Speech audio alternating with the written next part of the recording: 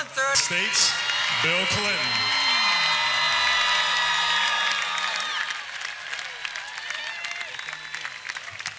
Thank you. Mr. President, Mrs. Obama, President Carter, Vice President Biden, Dr. Biden, I want to thank my great friend, Reverend Bernice King, and the King family for inviting me to be a part of this 50th observation of one of the most important days in American history.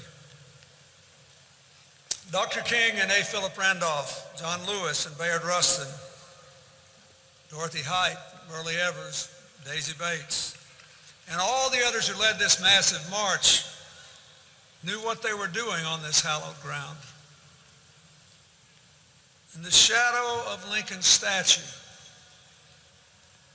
the burning memory of the fact that he gave his life to preserve the Union and end slavery, Martin Luther King urged his crowd not to drink from the cup of bitterness, but to reach across the racial divide. Because, he said, we cannot walk alone. Their destiny is tied up with our destiny. Their freedom is inextricably bound to our freedom. He urged the victims of racial violence to meet white Americans with an outstretched hand, not a clenched fist, and in so doing to prove the redeeming power of unearned suffering.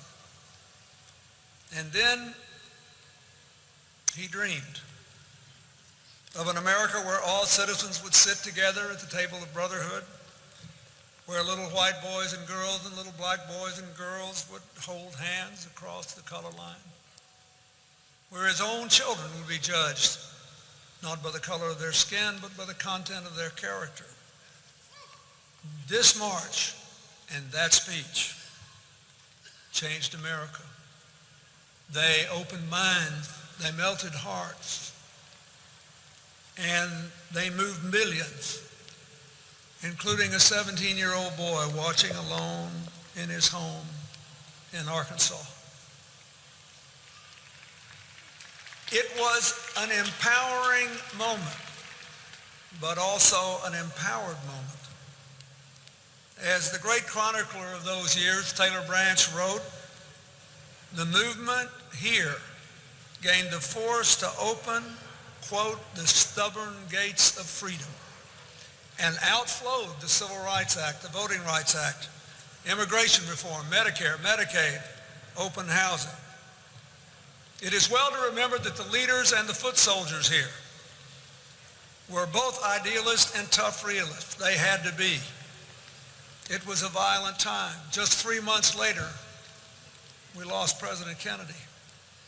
And we thank God that President Johnson came in and fought for all those issues I just mentioned.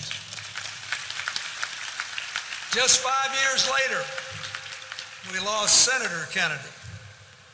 And in between there was the carnage of the fight for jobs, freedom, and equality.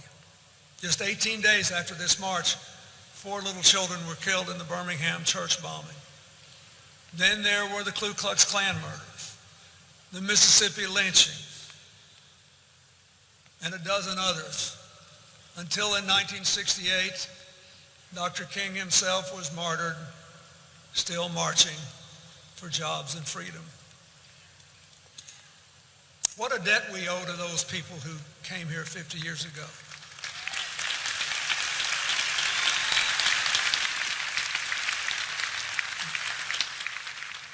The martyrs played it all for a dream. A dream, as John Lewis said, that millions have now actually lived. So how are we going to repay the debt?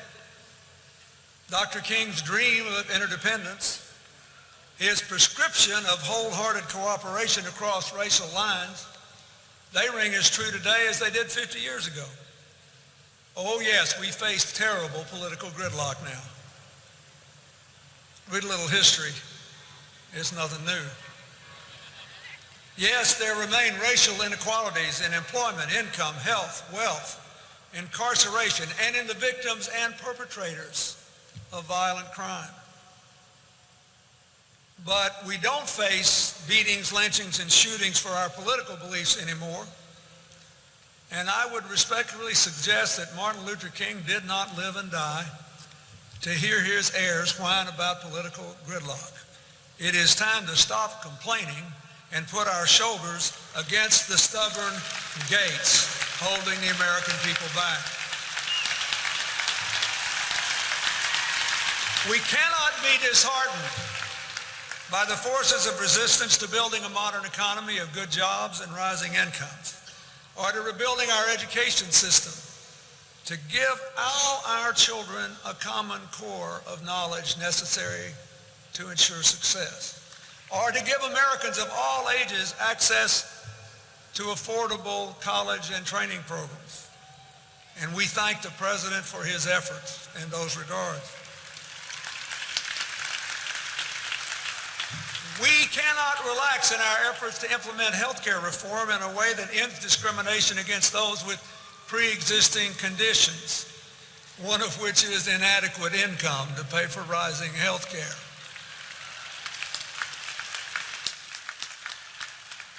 A health care reform that will lower costs and lengthen lives.